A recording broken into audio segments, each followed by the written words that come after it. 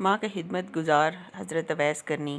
حضرت عمر بن خطاب رضی اللہ کے پاس جب بھی یمن سے کوئی وفد آتا تو حضرت عمر ان سے پوچھتے، کیا تم میں کوئی اویس بن عامر ہے؟ یہاں تک کہ ایک وفد میں حضرت اویس آ گئے تو حضرت عمر رضی اللہ نے ان سے پوچھا، کیا آپ اویس بن عامر ہیں؟ انہوں نے کہا جی ہاں۔ حضرت عمر نے پوچھا، کیا آپ قبیلہ مراد سے اور کرن کے علاقے سے ہیں؟ انہوں نے کہا جی ہاں۔ حضرت عمر نے پھر پوچھا، کیا آپ کو برص کی بیماری تھی جو کہ ایک درم جگہ کے علاوہ ساری ٹھیک ہو گئی؟ انہوں نے فرمایا جی ہاں۔ حضرت عمر نے پھر پوچھا، کیا آپ کی والدہ ہیں؟ انہوں نے کہا جی ہاں۔ حضرت عمر نے فرمایا، میں نے رسول اللہ سے سنا کہ آپ فرما رہے تھے کہ تمہارے پاس اویس بن عامر یمن کی ایک جماعت کے ساتھ آئیں گے جو کہ قبیلہ مراد اور کرن کے علاقے سے ہوں گے۔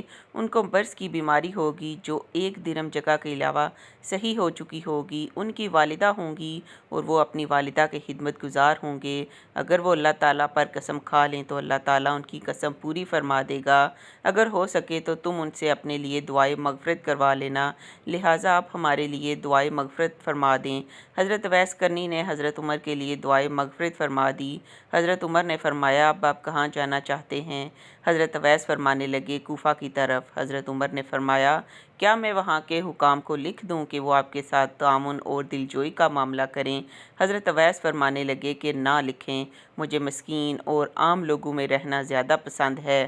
حضرت اویس کرنی ماں کی خدمت کی وجہ سے آپ صلی اللہ علیہ وآلہ وسلم کی خدمت میں حاضر ہو کر صحابی ہونے کا شرف حاصل نہ کر سکے تھے، لیکن آپ نے انہیں یہ اعزاز بخشا کہ ان کے مناقب بیان فرمائے اور حضرت عمر کو تاکید فرمائی کہ وہ ان سے دعاؤں کی درخواست کریں۔